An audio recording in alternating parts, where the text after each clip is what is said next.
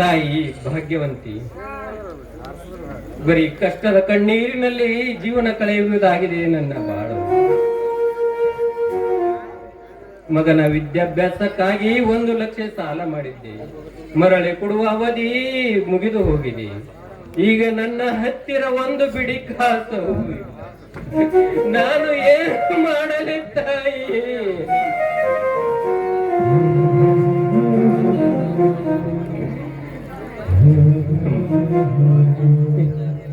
ಇದ್ದ 2 ಎಕರೆ ಹೊಲದಲ್ಲಿ ಬೆಳೆಯೂ ಸರಿಯಾಗಿ ಬರುತ್ತಿಲ್ಲ. ಹೀಗಿರುವಾಗ ಹೆಂಡತಿ ಮಕ್ಕಳನ್ನು ಸಾಕುವುದು ಬಲು ಕಷ್ಟವಾಗಿದೆ ಸಾಯಿ. ಈಗ ನಾನು ಗೌಡರಿಗೆ ಹೇಗೆ ಮುಖ ತೋರಿಸಲಿ ತಾಯಿ? ಹೇಗೆ ಮುಖ ತೋರಿಸಲಿ?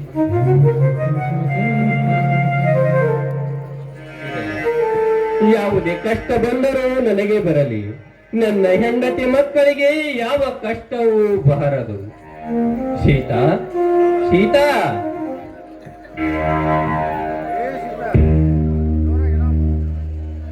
ಏ ಸೀತಾ, ಏನು ಮಾಡುತ್ತಾ ಇದೆ ಆ ಮನೆಯಲ್ಲಿ?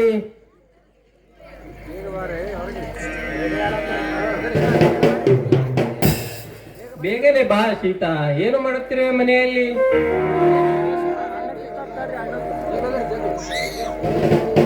ಸೀತಾ,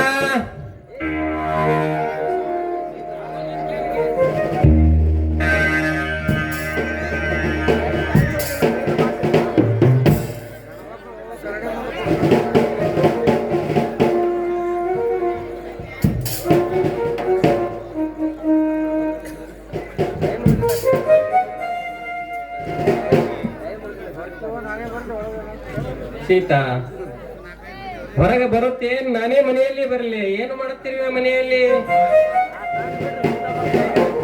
ಆದಷ್ಟು ಬೇಗನೆ ಬಾ.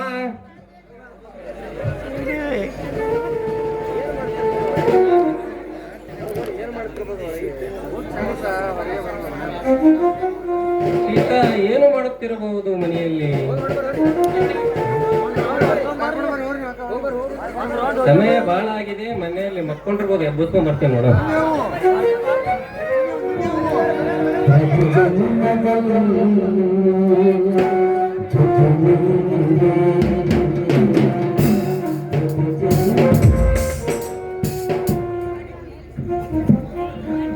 ಬಾ ಸೀತಾ, ಏನು ಮಾಡ್ತಿರೋ ಮನೆಯಲ್ಲಿ? ಏನು ಮಾಡುತ್ತಿರೋ ಮನೆಯಲ್ಲಿ? ಏನು ಇಲ್ಲ ರೀ. ನೋಡಿ, ಮನೆಯಲ್ಲಿ ಅಡಿಗೆ ಮಾಡ್ಬೇಕಂದ್ರೆ ಏನು ಇಲ್ಲ, ಏನ್ ಮಾಡ್ಬೇಕು ಗೊತ್ತಾಗ್ತಾ ಇಲ್ಲ ರೀ, ಗೊತ್ತಾಗ್ತಾ ಇಲ್ಲ. ಸೀತಾ, ಈಗ ನನ್ನ ಕೈಯಲ್ಲಿ 1 ಬಿಡಿ ಕಾಸವೂ ಇಲ್ಲ. ಹಣ ಇಲ್ಲದಿರುವಾಗ ಕಷ್ಟದ ಮೇಲೆ ಕಷ್ಟಗಳು ಬರುತ್ತಿವೆ ಸೀತಾ. ಈ ಜೀವನವೇ ಸಾಕಾಗಿ ಹೋಗಿದೆ ಸೀತಾ. ಸೀತಾ, ನಾನು ನಿನಗೆ ಬರೀ ಕಷ್ಟಗಳೇ ಕೊಡುವಂತಾಗಿದೆ ಸೀತಾ.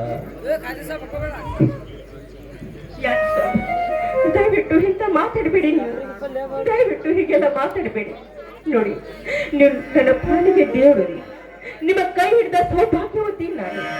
ಅಷ್ಟೇ ಅಲ್ಲ, ಎಂತ ಕಷ್ಟ ಬರಲಿ ಸುಖ ಇರಲಿ, ನಿಮ್ಮ ಕೈ ಹಿಡಿದು ಬಾಳೋದು ನನ್ನ ಧರ್ಮ ರೀ, ನನ್ನ ಧರ್ಮ. ನೀನು ನನ್ನ ಹೆಂಡತಿ ಅಲ್ಲ, ನನ್ನ ಪಾಲಿನ ದೇವತೆ ಸೀತಾ.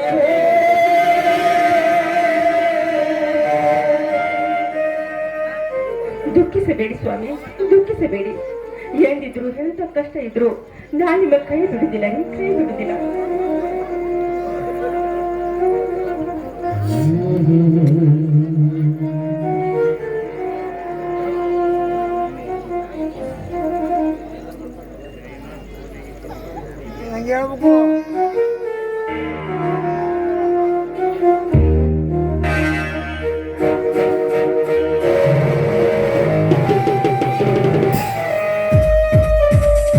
ಅಪ್ಪ, ಅಮ್ಮ, ಏನು ಮಾಡ್ತಿರುವಿರಿ?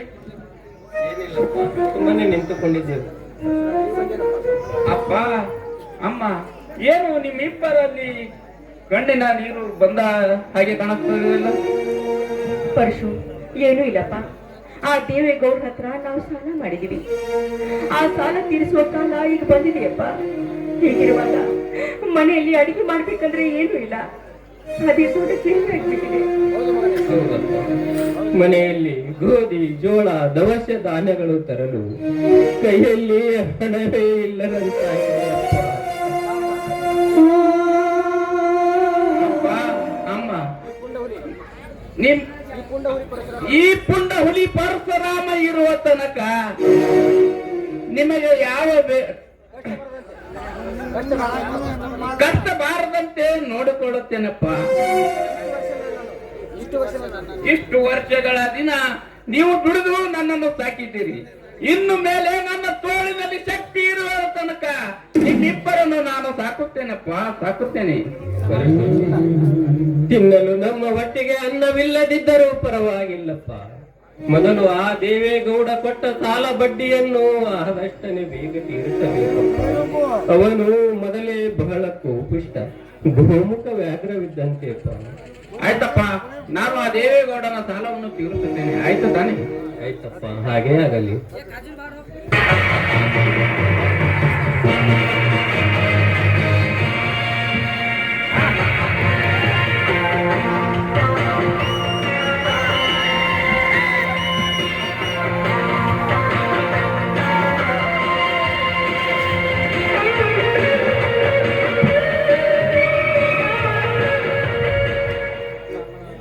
ಅಪ್ಪ ಅಮ್ಮ, ನನಗೆ ಆಶೀರ್ವಾದ ಮಾಡಿರಿ.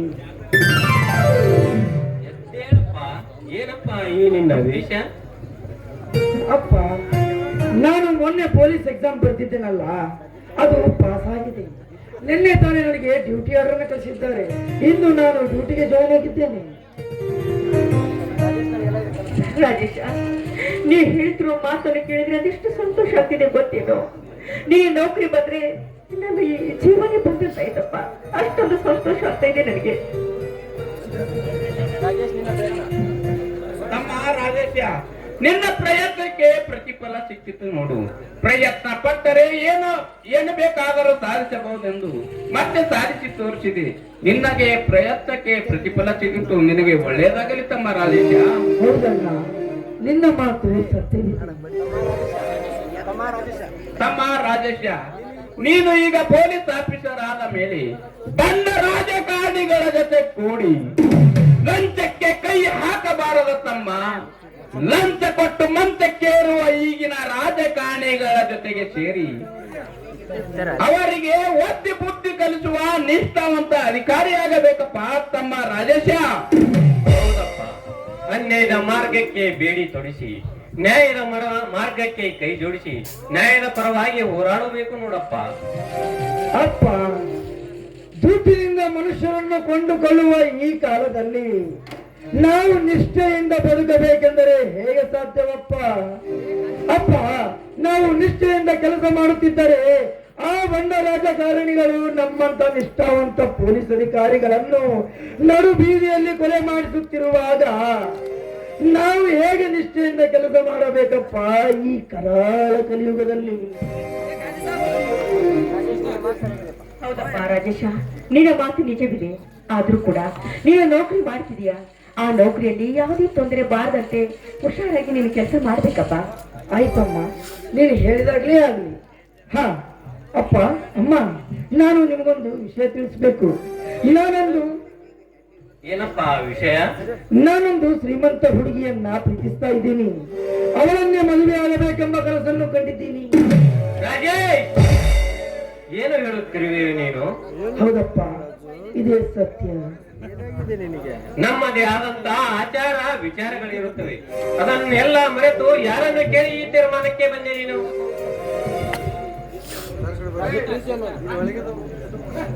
ಹೌದಪ್ಪ ರಾಜೇಶ, ನೋಡು, ನಮಗೆ ಆಸಕ್ತಿಗೆ ತಕ್ಕಂತವ್ರಿಗೂ ನಾವು ಇಷ್ಟಪಡ್ಬೇಕು.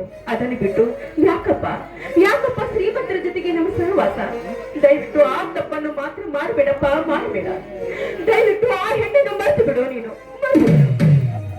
ತಮ್ಮ ರಾಜೇಶ, ಅಪ್ಪ ಹೇಳುತ್ತಿರುವುದು ನಿಜವಿದೆ.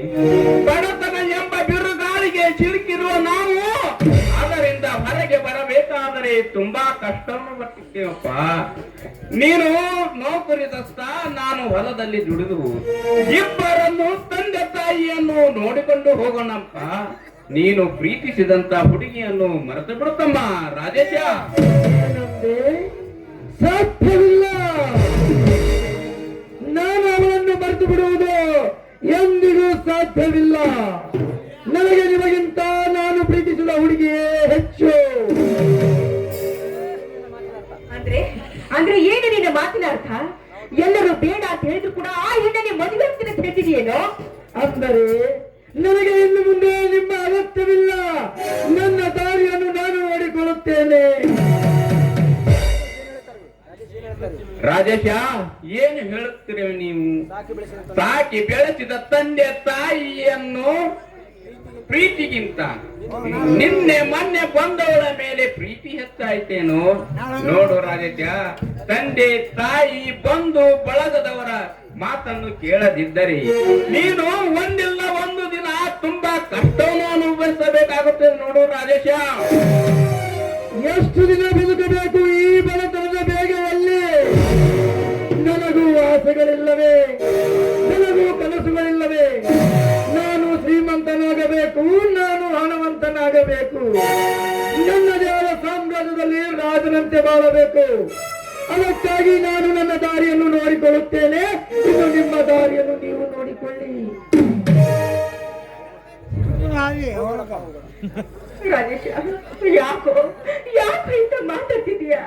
ದಯವಿಟ್ಟು ನಮ್ಮನ್ನು ಬಿಟ್ಟು ಹೋಗ್ಬೇಡವೋ? ದಯವಿಟ್ಟು ದೂರ ಸರಿಯಿರಿ. ನಿಮ್ಮ ಮಾತನ್ನು ನಾನು ಕೇಳುವುದಿಲ್ಲ. ನನಗೆ ಇನ್ನು ಮುಂದೆ ನಿಮ್ಮ ಅಗತ್ಯವಿಲ್ಲ. ನನ್ನ ದಾರಿ ನನಗೆ, ನಿಮ್ಮ ದಾರಿ ನಿಮಗೆ. ಕಡಲ ತಾಯಿಗೆ ಒದ್ದು ಹೋಗುತ್ತೇನೋ ಮಗನೇ? ನಿನ್ನನ್ನು ಇಂಚಿಂಚು ಕಳೆದ ಮೇಲೆ ನನ್ನ ಮನಸ್ಸಿಗೆ ಶಾಂತಿ ಮಗನೇ. ಏನು ಎಂತ ಕೆಲಸ ಮಾಡ್ತಿದ್ಯಾ? ತಮ್ಮನ ಮೇಲೆ ಕೈ ಮಾಡ್ತೀಯೇನೋ? ನಿನ್ನ ಕಷ್ಟ ನನಗೆ ಅರ್ಥವಾಗುತ್ತಿದೆ ಅಮ್ಮ, ಅರ್ಥವಾಗುತ್ತಿದೆ. ಕಡಲ ತಾಯಿಯನ್ನು ಒಲಿತಾನೆಂದರೆ ಯಾವ ಮಗನಾದರೂ ಸುಮ್ಮನೆ ಕುಳಿತು ನೋಡ್ತಾನೆ ನಮ್ಮ.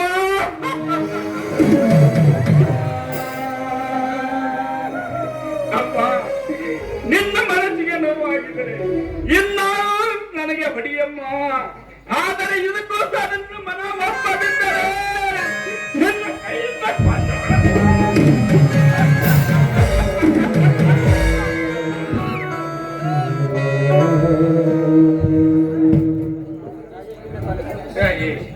ನಿನ್ನ ಕಾಲೇಜು ಕಲಿಸುವುದಕ್ಕಾಗಿ 1 ಲಕ್ಷ ಸಾಲ ಮಾಡಿದೆ. ನನ್ನ ಮಗನಿಗೆ ನೌಕರಿ ಆದ ಮೇಲೆ ತೀರಿಸುತ್ತಾನೆಂದು ತಿಳಿದುಕೊಂಡಿದ್ದೆ. ಈ ವಿಷಯ ನನಗೆ ಮೊದಲೇ ಗೊತ್ತಾಗಿದ್ದರೆ ನಾನು ಸಾಲಗಾರನಾಗುತ್ತಿರಲಿಲ್ಲಪ್ಪ. ನಿನಗೆ ಕೈ ಮುಗಿದು ಕಾಲು ಹಿಡಿದು ಬೇಡಿಕೊಳ್ಳುತ್ತೇನೆ, ಮನೆ ಬಿಟ್ಟು ಹೋಗಬೇಡಪ್ಪ.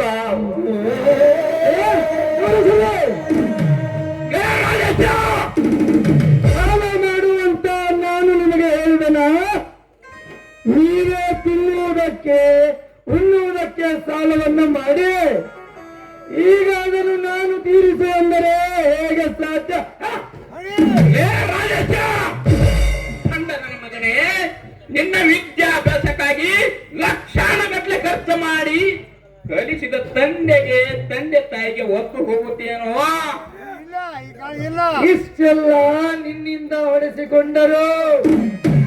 ಇನ್ನು ನಾನು ಇದೇ ಮನೆಯಲ್ಲಿ ಬದುಕಬೇಕೆ? ಇನ್ನು ನನ್ನ ದಾರಿ ನನಗೆ, ನಿಮ್ಮ ದಾರಿ ನಿಮಗೆ. ಬರ್ತೀವಿ. ಹೋಗಬೇಡಪ್ಪ, ಹೋಗಬೇಡ.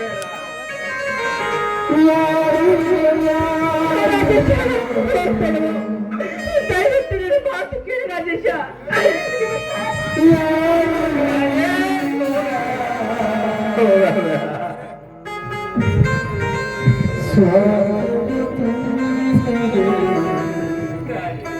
ನಮ್ಮನ್ನೆಲ್ಲ ಬಿಟ್ಟು ಹೋಗಬೇಡಪ್ಪ, ಹೋಗಬೇಡ.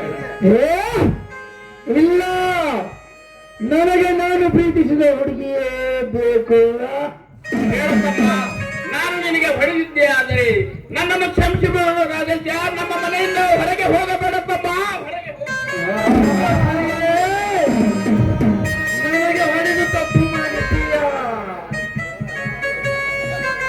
ನಾನಿನ್ನು ಇಲ್ಲಿ ಇರಲಾರೆ, ನಾನಿನ್ನು ಬರುತ್ತೇನೆ. Good bye.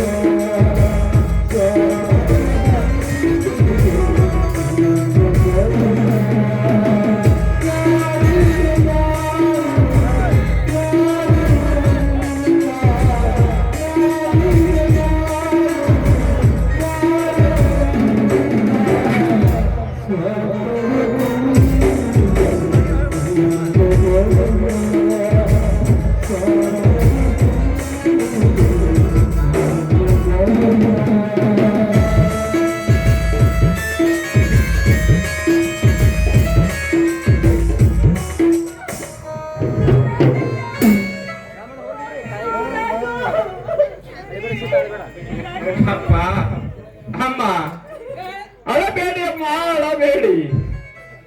ಅವನು ಹೋದರನಾಯ್ತು. ನಿನ್ನ ಮಗ ಪುಂಡ ಹುಲಿ ಪರಶುರಾಮ ಇನ್ನೂ ಜೀವಂತವಾಗಿದ್ದನಮ್ಮ, ಜೀವಂತವಾಗಿದ್ದಾನೆ. ನಿಮ್ಮಿಬ್ಬರನ್ನು ನಾನು ಹಗಲು ರಾತ್ರಿ ದುಡಿದು ನಿಮ್ಮಿಬ್ಬರನ್ನು ನಾನು ಸಾಕುತ್ತೇನಮ್ಮ, ಸಾಕುತ್ತೇನೆ. ನೀವೇನು ಚಿಂತೆ ಮಾಡಬೇಡಮ್ಮ.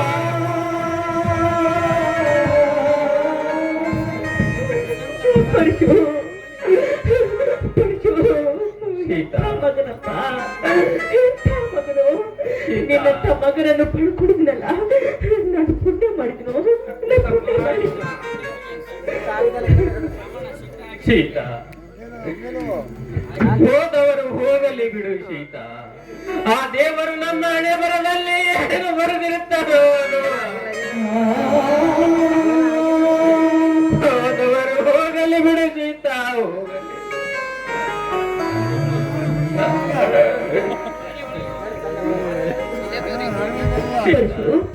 ನಡೆದಿದ್ದೆಲ್ಲ ಕೆಟ್ಟ ಘಟನೆ ಅಂತೇಳಿ ಮರೆತು ಬಿಡು. ನಡೆ ಒಳಗೆ ಹೋಗು.